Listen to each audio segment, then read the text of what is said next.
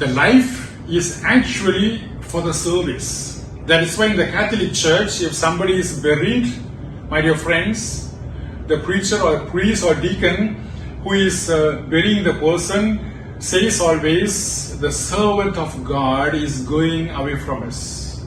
That means the whole life is nothing other than service. We are coming to this world just to serve God and other people.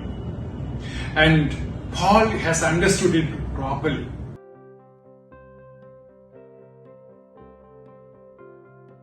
St. Paul, or Paul the Apostle, was one of the first Christian missionaries, and his writing forms a great deal of the New Testament. Little is known about Paul's early life, but it is known that he was ethnically Jewish and was a Roman citizen. His original name was Saul, and he was believed to be from the city of Tarsus in modern-day Turkey, but was raised in Jerusalem. According to the Bible, Paul was dedicated to the persecution of the early disciples of Jesus, but he converted to Christianity between 31 and 36 AD. His conversion occurred on the road to Damascus, where he was temporarily blinded after he had had a vision of the resurrected Jesus. He then began describing himself as a servant of God and an apostle of Jesus. After his conversion, he travelled to Damascus, where he was baptized, then travelled to Jerusalem, where he met James of Jerusalem and St. Peter.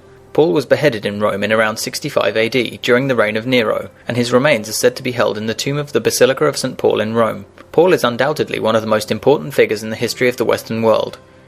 Paul was actually killed.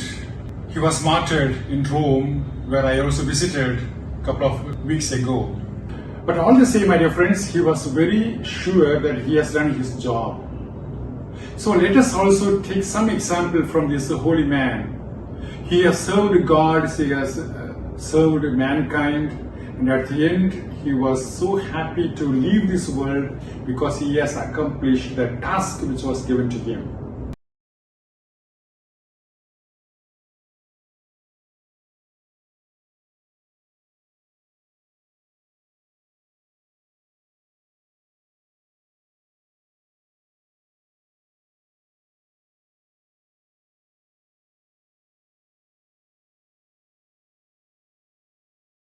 We see, my dear friends, that Paul is actually living his life in the hope that everything has to be for service.